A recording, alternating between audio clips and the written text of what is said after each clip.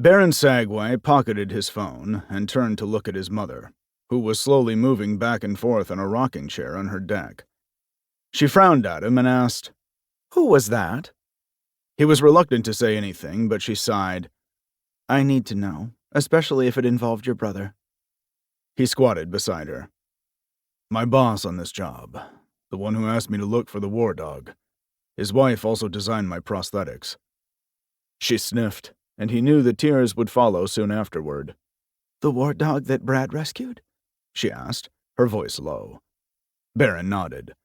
"Yeah, it's one of the animals he rescued," he confirmed. "And I know you may not want to hear it, but we can't blame anybody for what happened to Brad.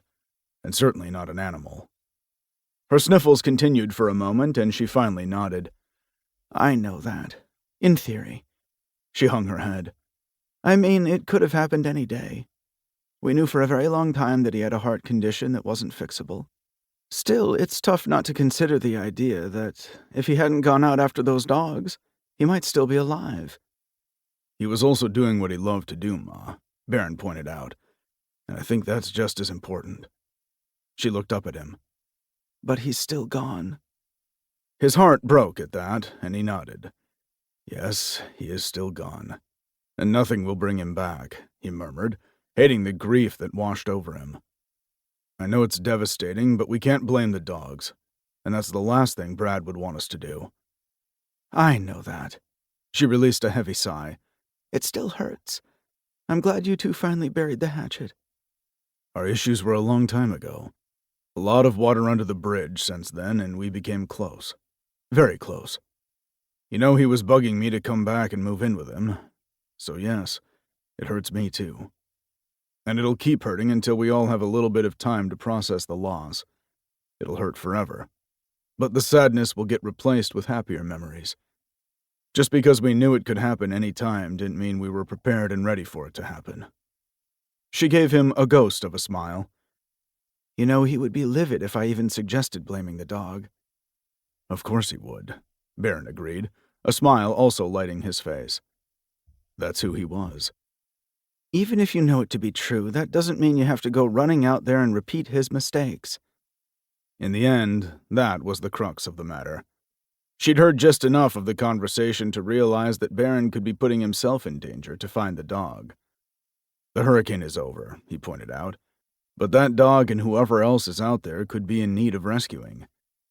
Ma shook her head, the soft gray curls bouncing around her head. "God only knows what you were doing for the military, with all your secrets and not even telling your own mother what you did for the government. You lost part of a leg doing your confidential work. But that's over, so it doesn't have to be you now," she argued. "I don't care who these people are who are calling you now. I don't care who they send, where, and what they get themselves into searching for. It doesn't have to involve you." "No, it doesn't have to be me. However, if it's important to us to complete the work that Brad started, then it needs to be me," Baron stated. She considered that for a long moment and slowly nodded. "I guess it means his death wouldn't be in vain." "His death would never be in vain, Ma. Not now, not ever. He spent a lifetime doing all the right things for all the right people, and he made the most out of every day," he declared.